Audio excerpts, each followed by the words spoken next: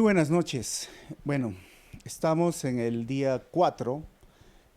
Este tiempo es un tiempo diferente al que hemos estado acostumbrados a vivir. Quiero saludar a todos nuestros hermanos que nos ven, no solamente en esta ciudad de Arequipa, sino alrededor del continente. Gracias.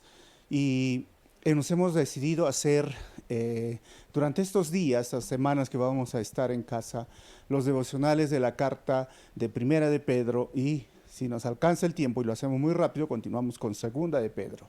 Así que si deseas una copia del formato que estamos usando del método inductivo, donde hay preguntas de observación, preguntas de interpretación y de aplicación, solo escríbenos como un comentario o un mensaje en el fanpage de Calvary Chapel Arequipa y gustosamente te vamos a compartir para que estés guiándote con esto. Muy bien, Primera de Pedro es una carta que está dirigida a una iglesia que está en el norte de Jerusalén, una iglesia que está atravesando dificultades. Es el año 64, 65, donde Nerón es el emperador y empieza la primera persecución hacia los cristianos. Ya hemos visto que en el primer capítulo Pedro los anima y les dice que hay situaciones difíciles, pruebas que van a pasar diversas, pero va a ser por un momento. También les dice que ellos han nacido de nuevo, no con una simiente perecedera, sino imperecedera. Por lo tanto, ellos son santos, porque Dios es santo, y desea que ellos que han conocido la palabra de Dios, ahora muestren, revelen, enseñen a los demás aquello que han recibido. Así que el capítulo 2 de Segunda de Pedro le he puesto este título. Recuerden que es un devocional, no es un estudio del método inductivo, donde normalmente lo hacemos los miércoles y los domingos y que seguiremos transmitiendo hasta que el Señor lo permita. Privilegios y deberes de los santos. Esto sería el título de este capítulo 2. Pero hay tres cosas que ver. Primero, deberes de los santos. Segundo, privilegios de los santos. Y tercero, propósito en esta vida de los santos. Rápidamente vamos a ver de qué se trata. Primero, deberes de los santos. Recordemos que ¿qué tiene que ver los deberes de los santos? Primero, en relación con la palabra de Dios. Del versículo 1 y en el versículo 2, Pedro dice, ya que ustedes han nacido de nuevo, ya que ustedes tienen ahora son santos y han recibido algo diferente, bueno, deben de desear como niños recién nacidos la leche espiritual, que es la palabra de Dios por la cual ustedes van a crecer y desarrollarse. ¿Esto qué tiene que ver? Pues cuando ustedes ven un bebé, aquellas madres que me están viendo, pueden recordar que cuando sus bebés nacieron, lo único que ellos deseaban era leche, leche, leche. A veces se despertaba de madrugada y quería leche, leche, leche. No tenías que decirle al bebé, ya no más, o ven, ven a comer, a disfrutar de la leche. No, él deseaba. Pues Pablo usa esta alegoría para darnos a entender que ya que hemos nacido de nuevo, la evidencia de haber nacido de nuevo, la evidencia de que tú eres santo posicionalmente delante del Señor, es que desees con ansias la palabra de Dios, estudiar y estudiar. Y Pedro va a decir, ustedes ya han comprobado que es lo bueno Jesucristo, por eso deberían de seguir deseando aquello que es bueno. También recordaba cuando estudiaba a los adolescentes. En esta época, en estos meses o años, ha salido las series. Les gustan sus tipos de series, ¿verdad? Pero había unas series como Run, creo que era Corre, un montón de series que han salido. Y era curioso porque veían la primera y se quedaban enganchados. Yo recuerdo que los cinemas decían pronto, al próximo año, y los chicos estaban deseando estar en la próxima película que va a salir de su serie favorita. Es adictiva, dicen algunos tienen una serie por los canales de televisión o por las plataformas que hay ahora en la televisión, y a veces dejan de hacer algunas cosas por estar ahí deseosos de ver qué va a pasar. Pues es la misma palabra que usa Pedro, de que si tú has nacido de nuevo, que si tú eres ahora parte del cuerpo de Cristo, deberías de tener ese mismo deseo por la palabra de Dios. Y esos son los deberes. Lo segundo es en relación con el Salvador. Del versículo 3 al 8, Pablo dice que Él es la piedra viva. Y nosotros somos como piedras vivas y deberíamos de estar viendo al Salvador como la piedra gigante, enorme, que puede ser de motivo de tropiezo y es de motivo de tropiezo para algunos, pero para nosotros es una piedra preciosa. Otro de los deberes, la tercera, es en relación con el cuerpo de Cristo. ¿Por qué? Porque entre nosotros debemos de servirnos. Ahora que nosotros hemos sido beneficiados con estos dones, ahora que nosotros tenemos una nueva identidad, una nueva posición, el versículo 9 y 10 nos va a decir que debemos de servirnos. ¿Por qué? Porque ahora somos sacerdotes. O sea, la idea del sacerdote era servir en el templo. La idea de estar en el templo era que sea ese puente entre el pueblo y Dios. Y hoy no necesitamos de estos sacerdotes, porque cada uno de nosotros llegamos a ser sacerdotes. Pero ojo, la función del sacerdote es servir. Esto es uno de los deberes en el cuerpo, en relación al cuerpo de Cristo. Cuarto, vamos a ver que es en relación con el gobierno, ya que nosotros estamos creciendo por medio de la palabra, ya que nosotros somos santos, ya que hemos nacido de nuevo, deberíamos de aprender a obedecer a las autoridades que hay. Versículo 11 al versículo 17, resume Pablo todo esto, porque recuerden que hay autoridades que a veces no son fáciles. No todas las autoridades van a ser de nuestro agrado, pero sería lo mejor de lo peor. O sea, que lo peor sería que haya una anarquía. Y una anarquía es donde nadie gobierna y cada uno hace lo que le da la gana. Pero quizás no sean los mejores, por eso digo, lo que nos agradaría a nosotros, los ideales de la política o de nuestro deseo de un gobernante, pero es lo mejor de lo peor, si lo podríamos llamar así, por eso digo. Aún a pesar de esto, Dios respalda y desea que haya orden. Y obviamente las autoridades hoy ponen orden y han ordenado algunas cosas en estos días para nosotros que como cristianos deberíamos de aprender a obedecer. Bueno, otro de los deberes, el quinto, es en relación con sus trabajos. Pedro explica del versículo 18 al 20, deberíamos de estar sujetos. Y ojo, Pedro va a seguir diciendo, ¿sabes que hay jefes que no da la gana, que no son buenos, que no son compasivos, que tratan mal? Y Pedro dice, ¿qué favor tienes tú? Si solamente obedeces a los que tratan bien, deberías también estar con aquellos que te tratan mal. Porque estos son nuestros deberes. Lo triste a veces es que hay trabajadores cristianos que son terribles, desobedientes en sus trabajos, no aprenden a sujetarse a su jefe, no son trabajadores, son flojos. Y Pedro dice, no, un cristiano debería aprender a estar sujeto y ser un buen trabajador. ¿Qué otro deber? Bueno, la sexta es en relación con los sufrimientos. Versículo 21 al 25, Pedro va a decir que Jesús nos dio un ejemplo. Que a Jesús, nuestro Señor, lo maltrataron, a nuestro Señor lo escupieron, a nuestro Señor lo latigaron, a nuestro Señor lo torturaron, pero Él no abrió su boca. Él soportó los sufrimientos.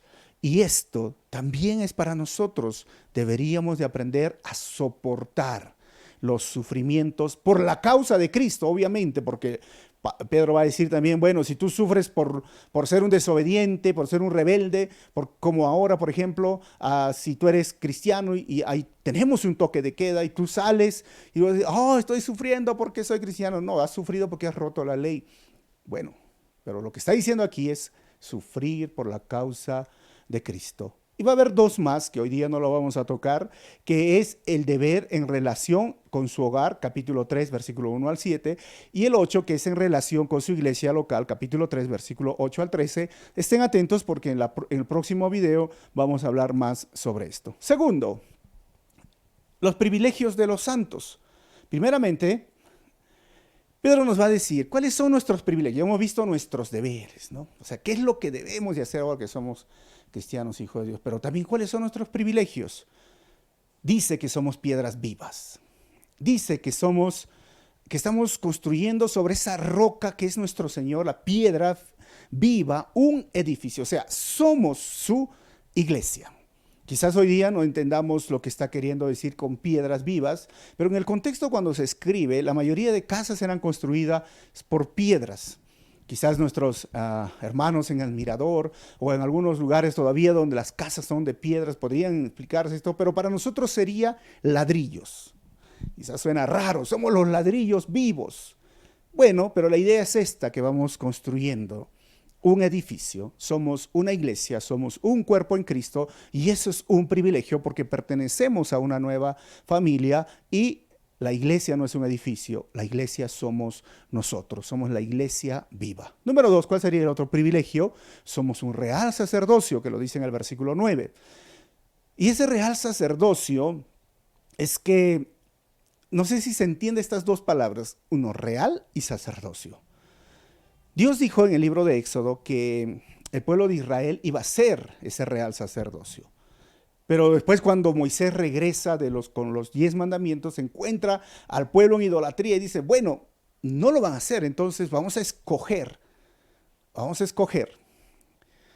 una familia, y era la familia de Aarón, de la cual vendría los sacerdotes y de la cual saldría el sumo sacerdote, que era seguido cuando una persona fallecía. Y de esa tribu, de donde venía a Aarón, era la tribu de Leví, venían los levitas a ser servidores del templo. Entonces deberían a llegar solamente sacerdotes. Si uno de la tribu de Benjamín o de la tribu de Simeón querían ser sacerdotes, les decían, no puedes, porque esto no es algo que se adquiere, es algo que se hereda. Ahora dice Pedro que nosotros somos ese real, como reyes y sacerdotes. El pueblo de Israel falló y a nosotros nos los ha dado. Y ese es un gran privilegio. Y la idea es que presentemos ahora sacrificios. ¿Y qué sacrificios? Mire, más adelante les voy a decir qué sacrificios. Ahora, tercero, otro de los privilegios, somos linaje escogido. ¿Qué significa el linaje escogido? Es que tú y yo somos elegidos. O sea, no estamos al azar, no estamos aquí porque simplemente casualidad. Hemos sido elegidos, escogidos desde antes de la creación del mundo. ¿Te puedes imaginar eso? O sea, yo no soy producto del error de papá o mamá, o de un papá y de una mamá. O sea, soy elegido desde antes de la creación del mundo. Dios le dijo al salmista mientras estaba en el vientre, tú estabas en el vientre de tu madre y yo te formé. Yo vi tus ojos, yo estaba ahí contigo. Dios le dijo al profeta, antes de que tú nacieras, yo ya te había nombrado para ser profeta a las naciones. O sea, Dios tiene un propósito y tú y yo somos elegidos. Y eso es lo que Pedro está afirmando y reafirmando, aquellos beneficios que tenemos ahora que somos santos. Cuarto, somos nación santa. Y esto significa que Israel era la nación santa. Habían desobedecido al Señor, pero ahora no hay diferencia entre Israel y nosotros en ser esa nación que significa santos, simplemente separados para un propósito divino. Y es que tú y yo somos harina de otro costal, para que lo puedas entender. Somos separados, tenemos un propósito diferente. Y esto es otro de los privilegios. 5. ¿Cuál sería otro de los privilegios que menciona en el versículo 9? Somos pueblo que pertenece a Dios. O sea, en Cristo ya no hay, como dice, esclavo o culto, no hay hombre, todos somos en Cristo uno, un pueblo. Ya no existe ni si eres de Colombia o de Bolivia o de Brasil o de la China o de Europa. Todos tenemos una pertenencia porque somos ahora pueblo de Dios y le pertenecemos al Señor y somos ciudadanos del cielo. A pesar que estamos acá, nuestros ciudadanos, representamos en nuestro lado civil, pero somos ciudadanos del cielo y eso nos da pertenencia. Es uno de los privilegios. Nuestra ciudadanía es celestial. 6, somos llamados. El versículo 21 dice que somos llamados a perseverar. Llamados porque a pesar del sufrimiento, como dice el versículo 21, Dios nos ha llamado para participar en los sufrimientos de Cristo. ¿Esto qué significa? Que por la causa de Cristo muchas veces vamos a pasar sufrimientos y nuestro deber es perseverar. No te desanimes, persevera. Y perseveramos no para llegar a ser salvos, sino perseveramos porque somos salvos, porque es la evidencia de que soy hijo de Dios, es la evidencia de que he nacido de nuevo, es la evidencia de que mi fe está puesta en Jesús. Tercero, y con esto termino, recuerden que esto es un devocional más que un estudio bíblico. Propósito en esta vida de los santos. Ya hemos visto los deberes, ya hemos visto los privilegios, pero ¿cuál es el propósito? O sea, ¿para qué? ¿Para qué ha hecho todo esto el Señor? Primero, la Biblia nos dice para ofrecer sacrificios espirituales. O sea, yo soy ahora real sacerdocio para ofrecer sacrificios espirituales. Pero, ¿qué sacrificios espirituales? Bueno, su propio cuerpo. O sea, nosotros deberíamos de presentar nuestro cuerpo como un sacrificio vivo, santo y agradable a Dios. Esto es lo que dice Romanos 12:1. ¿Esto qué significa? Que yo me aparto del pecado, que yo me alejo de aquellas cosas que son negativas para mí. Yo presento mi cuerpo como un sacrificio vivo, santo, que yo también tengo que cuidar mi cuerpo, que tengo que alimentarlo bien, estar tranquilo con mi cuerpo. B, ¿qué significa? Que yo puedo ofrecer un sacrificio espiritual. A sacrificios de alabanza. Hebreos 13:5 dice, presenten, hagan sacrificios de alabanza, canta al Señor, adora al Señor, alaba al Señor. Esos son los sacrificios que el Señor hoy los recibe.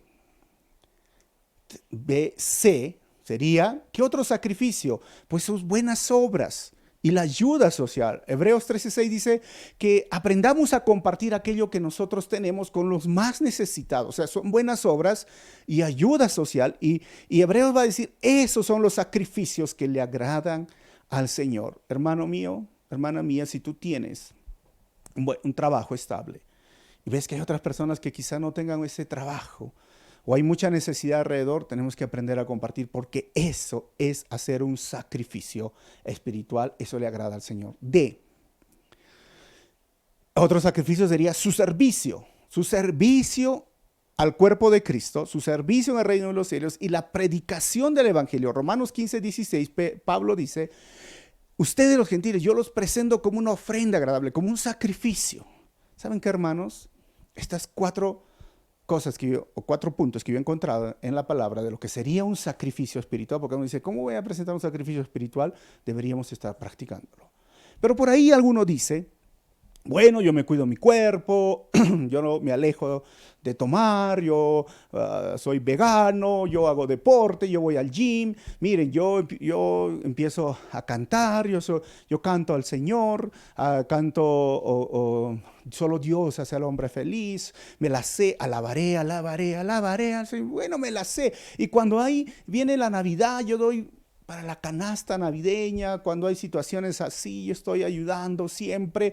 Y ¿sabes qué?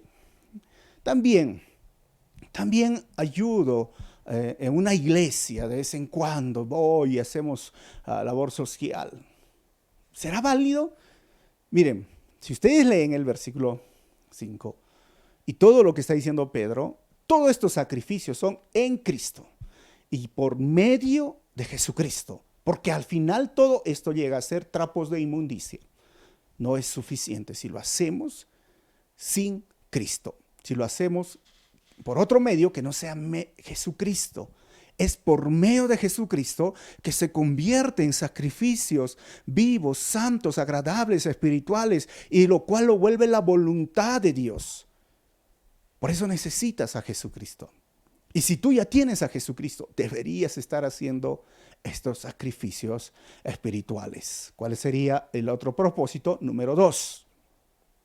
Para que proclamemos las obras maravillosas de Dios. Para eso el Señor nos salvó. Para eso Dios nos dio una identidad, una nueva posición. ¿Sabes qué? Para que no nos quedemos callados. Para que proclamemos las obras maravillosas de Dios de aquellos que están en las tinieblas o en la oscuridad, y lo cual significa que están perdidos en sus pecados, y traerlos a la luz. Eso es el otro propósito. Y el tercero y el último es para ser ejemplos de conducta ante los incrédulos, como dice el versículo 12. O sea, ¿por qué? Porque los incrédulos Están viendo cómo nos comportamos. Y Pedro dice, aléjense de esas situaciones indecorosas, del pecado. También aprendan a respetar a las autoridades. También aprendan a sujetarse a sus amos. También aprendan a soportar el sufrimiento. ¿Sabes por qué? Porque ustedes han sido salvados para eso, para ser ejemplos de conducta ante los incrédulos. Ahí termino y quiero darte 4 puntos que lo he llamado lecciones doctrinales importantes en este capítulo. El primero, Pedro va a hablar de esta polémica piedra o Petra, ya sabemos, Mateo capítulo 16, versículos 16 al 18. Bueno, dice, tú eres Pedro y sobre esta piedra edificaré mi iglesia y las puertas del Hades no prevalecerán contra ella. Bueno, obviamente que la Iglesia Católica dice que Jesús está poniendo todo el peso sobre Pedro, pero está poniendo el peso sobre la piedra. Hay una diferencia entre Petros y Petra. Pedro es Petros y piedra es Petra. ¿Y cuál es la Petra? La Petra es viva, la Petra es Jesucristo, la piedra es Jesucristo y hace referencia justamente en este capítulo 2. Y si hacemos una pregunta al texto, Pedro, ¿cuál es la piedra que realmente importa en la iglesia? ¿Tú o Jesucristo? Pedro contesta, Cristo mismo, porque Él es la piedra que desecharon los constructores y llegó a ser cabeza del ángulo. Esa piedra llegó a ser tropiezo. Esa piedra muchos no lo quisieron. Daniel dice es una piedra enorme que va a destruir a las naciones. Más adelante. Y le hacemos la siguiente pregunta. ¿Cuáles son las características entonces de Cristo? Esa piedra del ángulo, Pedro va a decir en este capítulo, es totalmente confiable. 2, Él es precioso para los creyentes. Y 3, y aunque rechazado por algunos, Él es la parte más importante de la iglesia. Y sobre esa piedra, sobre esa declaración anteriormente que dijo, tú eres el Cristo, tú eres esa Petra, sobre esa Petra edificaré mi iglesia. Así que no nos desviemos y recuerden que Jesucristo es la piedra, es la roca, como quieran llamarlo, donde se fundamenta la iglesia y nosotros somos los ladrillos o esas piedras vivas que vamos construyéndonos encima de esta roca, de esta piedra que es Jesucristo. La segunda parte doctrinal es la misión de Dios. Dios tiene una misión y Dios le entregó esa misión a Abraham, que por medio de él serán benditas todas las naciones. Le entregó a Israel, porque de Abraham viene Israel, y que ellos deberían ser una bendición a las naciones. Israel no cumplió, no lo hizo. Luego vino Jesucristo y sí lo hizo. Jesucristo sí cumplió aquello que el Padre le encomendó de ser una bendición a todas las naciones. Pero Jesús lo encomendó a la iglesia. Pero vamos a ver lo que dice en el versículo 9 de 1 Pedro 2:9. Dice, pero ustedes son linaje escogido, real sacerdocio, nación santa, pueblo que pertenece a Dios, para que proclamen las obras maravillosas de aquel que los llamó de las tinieblas a la luz admirable. O sea, Mateo 28, 18 y 19, dijo, vayan por todo el mundo, prediquen el evangelio. Esa es la misión de Dios. Recibirán poder, Hechos 1:8, cuando haya venido sobre vosotros el Espíritu Santo. Eso es el propósito. Eso es para que cumplan la misión de Dios. Vemos que en el libro de Hechos a la fuerza lo hicieron. Cumplieron, Pablo cumplió a partir del capítulo 12, 13, llegaron a las naciones, pero antes de eso estaban encerrados en su iglesia, encerrados en Jerusalén, hasta que comenzó la persecución, hasta que comenzó los momentos difíciles y se reunían en casas como ahora. Miren que los tiempos han cambiado, pero la esencia no ha cambiado. Dios tiene una misión para ti y para mí, que somos ahora su pueblo. Y no es la misión de Calvary, no es la misión de una organización, es la misión de Dios. Es que tú proclames las obras maravillosas de aquel que los llamó de las tinieblas a la luz, a tus vecinos, a tus amigos, a tus hijos ahora en el hogar. Ese es tu campo de misión. Estás en casa, es tu campo de misión. Tú que me estás escuchando, sé, el Hijo de Dios, el sacerdote, el pueblo adquirido, la nación santa, cumple la misión de Dios en tu hogar. Tercero, respeto a las autoridades. Dice el versículo 13, sométanse por causa del Señor a toda autoridad humana, ya sea el rey como suprema autoridad, o a los gobernadores que él envía para castigar a los que hacen el mal y reconocer a los que hacen el bien. 15, porque esta es la voluntad de Dios, que practicando el bien hagan callar la ignorancia de los insensatos. Tristemente, Escuchaba noticias que obviamente estamos en toque de queda a partir de las 8 de la noche, pero hay algún grupo de iglesia que se ha reunido y que la policía, las autoridades han tenido que ir y cerrar y son cristianos. O sea, nosotros deberíamos ser los primeros en guardar, en dejar, obviamente, a un lado nuestro simplemente a veces irrespeto de decir, pero yo pertenezco a Cristo, yo obedezco a Dios. No, Dios dice, también Él ha puesto las autoridades. Así que aprendamos a respetar lo que el gobierno nos dice para estos días. Van a pasar los días pronto, hermanos, no se preocupen. Pero nosotros deberíamos, con nuestra conducta, hacer callar a aquellos que están sumergidos en la ignorancia, porque por ahí hay personas que dicen, yo soy creyente y voy a salir y el Señor me va a proteger y la sangre de Cristo me va a proteger y no me va a pasar nada. ¿Sabes qué? No tengo buenas noticias para ti, porque tú y yo vivimos en este mundo de pecado y la enfermedad también nos afecta. Y por la falta de respeto de un cristiano, a veces, tristemente, dicen que todos los cristianos son así. Último y termino, sufrimiento. Versículo 21 dice, para esto fueron llamados porque Cristo sufrió por ustedes dándoles ejemplo para que sigan sus pasos. Miren, nosotros hemos sido llamados. Diríamos que llamados al sufrimiento. Esto es lo que está diciendo Pedro. Dice, Cristo sufrió, pero para que ustedes sigan sus pasos. Hermanos, a veces algunas personas no entienden por qué el justo sufre. ¿Por qué el cristiano sufre? Muchas veces la vida no es justa, ni aún para el justo. Pero nosotros tenemos que aprender a soportar porque Cristo fue el ejemplo de sufrimiento. Por su causa, obviamente. Y debemos de aprender a soportar. Cuando se vienen los momentos, se desobedecen muchas reglas, es triste. Acabo de leer la noticia, no sé si lo han escuchado, hay un pastor en Oklahoma que ha sido dado con el COVID-19 hace varios días, tiene 54 años, deja a su hijo de 22 y 17 y acaba de fallecer. Un pastor de la iglesia pentecostal, se llama Daniel. Miren, si las autoridades dicen algo, mira la situación que estamos pasando. Yo siento dolor también por sus hijos, su familia, ellos están en cuarentena. Pero lo que te quiero decir es que el sufrimiento no es ajeno a la vida del cristiano. Es triste que por ahí salen por las redes sociales diciendo, no va a entrar la plaga a tu casa, no va a pasar. Yo también quiero creer, pero ¿sabes qué? El sufrimiento, la enfermedad, claramente también es parte de este mundo caído, es parte de este cuerpo que es caído. Hay que ser sabios, hay que ser precavidos, hay que respetar y hay que entender si en algún momento nos toca vivir a una familia que está infectada, que aprendamos a soportar porque esto no lo hemos provocado.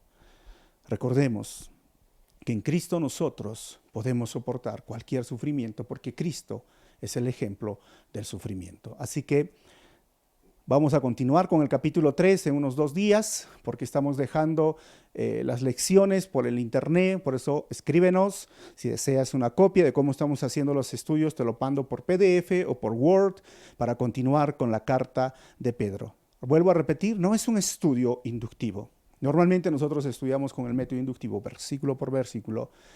Estos son para simplemente ayudar a lo que ya se está mandando, sí, con el método inductivo, estos documentos por las redes sociales. Dios te bendiga y recuerda, en Cristo somos más de lo que a veces hemos pensado. Y en Cristo tenemos una herencia incorruptible. Que el Señor te guarde y oro por ti, porque descanses bien en esta noche. Dios te bendiga. Nos vemos hasta la próxima.